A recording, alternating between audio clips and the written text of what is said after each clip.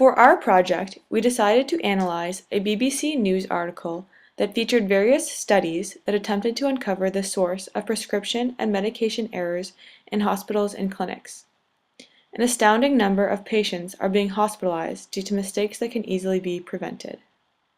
Some of the research findings in the article show that there were various contributors to the mistakes, including limited access to medical notes, lack of information, miscomprehension, no communication between doctors, illegible prescriptions, and assumption that the patient had already been given the required information.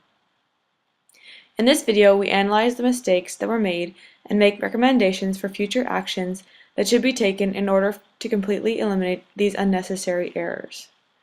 First, let's take a look at where the problems are initially stemming from: the orientation and training of the employees, as they are selected to work in hospitals. Orientation training is a very important training that everyone must do in their career. It allows individuals in the same career to communicate, work, and record in a similar way. Every year, many patients die to miscommunication and illegible writing on prescription by doctors. In addition, not only has there been errors of wrong drugs given to patients, but also errors of wrong doses given to the right patients. There has been also many reports of doctors prescribing medication to patients and not explaining the medication fully to the patients. However, by having a standard orientation training program for doctors and enforcing procedures, many lives can be saved. Since it is evident that so many of these problems are stemming from improper communication, it's important to take a look at how communication works. Communication involves sender, receiver, and a message. The sender establishes the message, converts the message to symbolic form, and chooses the channel with which to send it with. In this case, the channel would be written prescription or medical information on a chart. On the other end, the receiver interprets the message and gives the sender confirmation that the message has been received and understood. There are some evident problems in the current process. First, there are encoding problems that include illegible writing, verbal confusion, or improper medication prescribed. These encoding problems are preventing the message from being sent properly. Secondly, pharmacists and clinicians are lacking information or do not have access to patient records when giving the medication to the patient and instructing them how to use the medication. Finally, the feedback loop is not being completed, and there needs to be greater awareness on both the part of the sender and the receiver. A last thought is to encourage the installment of web-based or electronic patient records that would improve communication, as there would be no problems with illegibility and all parties involved would have access to the information.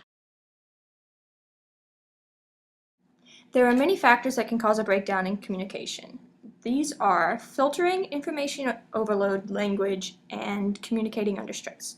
Filtering is manipulating the information to make it seem better. Information overload is receiving too much information and being unable to process more. Language barrier is when a participant uses words or has a language situation that the other participant cannot understand and therefore may become lost in translation.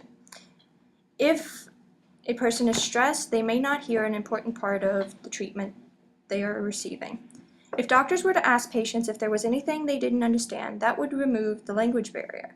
To remove any miscommunication between the doctor and the pharmacy, the hospitals could open medical files directly to the pharmacy in the hospital so pharmacists can look for themselves to see what medication is required.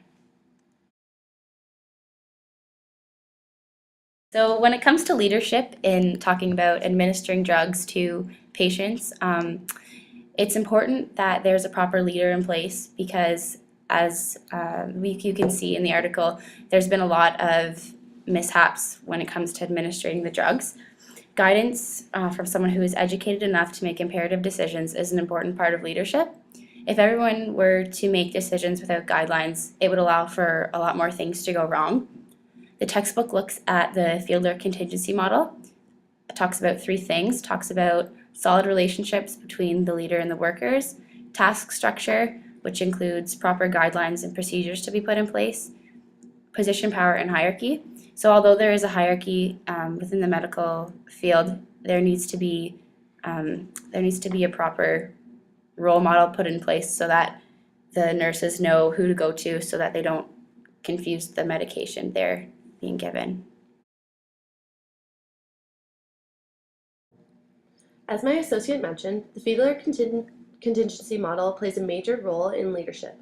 Another model that could help to reduce prescription errors would be implementing the use of a liaison leadership model. The liaison leadership model ensures that all medical personnel, stemming from the doctors to the nurses to pharmacists, have the accurate information and communication. In the textbook, it also is mentioned the situational leadership theory that focuses on the readiness of the follower. If the top medical personnel use their leadership to implement a communication system, it would guarantee the reduction of prescription errors. In order for effective practice in any organization, there needs to be a strong culture. This means that there needs to be a trust between the doctors, nurses, pharmacists, and patients. Between these parties, there should be a clear line of communication. All healthcare professionals should be informative and clear with medication instructions and relevant questions about medical histories. This industry needs to work on their structure within clinics and healthcare centers. I would recommend using a mechanistic structure. This model should be used because of the high formalization of rules and regulations as well as high centralization of decision making. Simple checks of patients' medical background and other prescriptions should be looked into before the drug is prescribed. Doctors, nurses, patients, and all other healthcare professionals need to be on the same page when it comes down to prescription drugs and procedures.